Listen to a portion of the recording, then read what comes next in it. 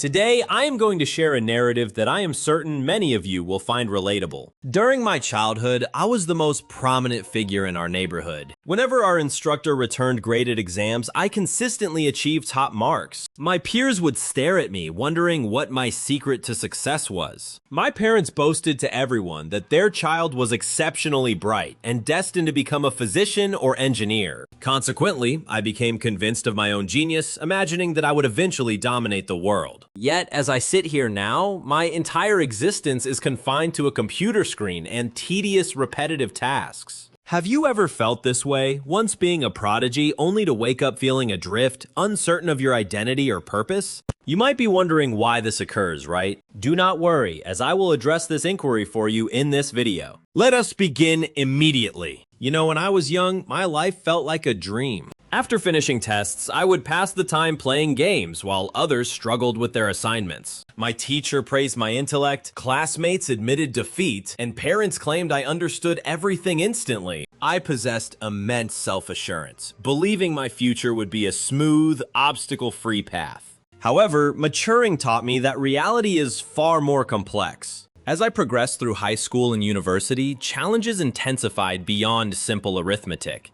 Deadlines accumulated, I lacked witty responses for social outings, and my romantic interests ignored my messages. I began sensing something was amiss, questioning how someone as bright as me could feel so lost. Worse, my friends started traveling and embracing life while I remained at home scrolling through my phone feeling like a background extra in someone else's story. Once a shining star, I had become a stagnant rock. Do you share this experience? If so, please leave a comment to let me know. Upon reflection, I realized I had fallen into a major trap that was invisible during my youth. Back then, I received praise not for diligence, but for the ease with which I completed tasks. For instance, finishing math problems in minutes while others sweated allowed me time to doodle. Adults lauded me, reinforcing my belief that I was a genius because everything came naturally. But as I grew older, life stopped accommodating me. Professional duties became demanding, academic work frustrated me, and I struggled to engage in casual conversation. Whenever I encountered hardship, instead of persevering, I convinced myself I had lost my intelligence. Have you ever felt that way? The sting of failure felt like an assault on the brilliant persona I had carefully maintained since childhood. Thus, rather than confronting challenges, I retreated. I avoided new ventures for fear of appearing incompetent and shattering my image as a prodigy. Eventually, I confined myself to a tiny comfort zone, performing only tasks where success was guaranteed, while the world moved forward without me. From that trap, day after day, my life turned into a somber film. I rejected invitations to socialize out of anxiety, and I declined new opportunities fearing that poor performance would ruin my reputation. Gradually, I became imprisoned within an intellectual shell, watching others live fully while I stood on the sidelines. The most heartbreaking part? I still craved connection. I wanted friendships and to share laughter, but instead of participating, I overanalyzed everything. I worried that failing to match others' performance would be embarrassing. Have you ever felt that way? Longing for proximity, yet pushing people away to protect an outdated image of brilliance?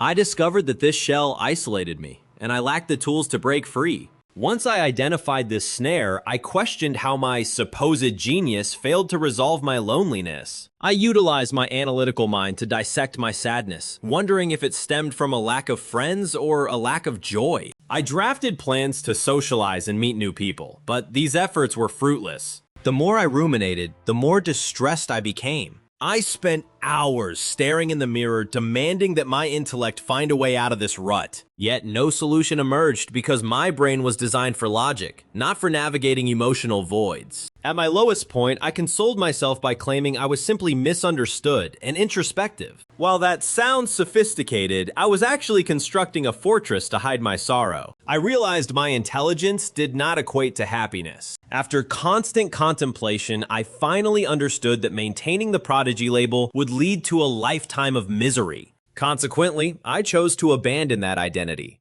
Not by discarding my intelligence, but by letting go of the requirement to always be superior. I told myself to start living for the sake of experimenting, failing, and learning, rather than maintaining an image. You know, I began attempting things I previously feared. I went to karaoke despite my poor singing voice, and although we laughed hysterically, it was genuinely enjoyable. Initially, I was terrified of being perceived as incompetent, but I eventually felt a sense of relief. I no longer needed to be a genius. I just wanted to be an authentic human being. You should try it. Do not fear failure, as it does not imply stupidity, but rather that you are living truthfully.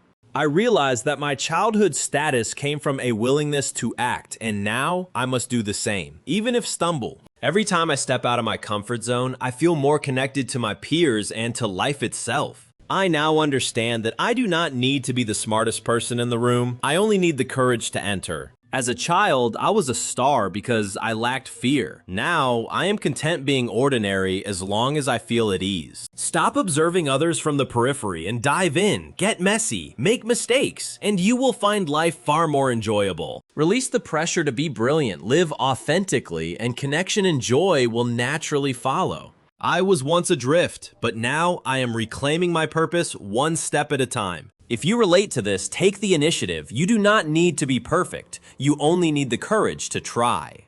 If this resonates with you, let me know in the comments. Remember to like, share, and subscribe if you enjoyed this. Thank you for listening to my story. See you in the next video!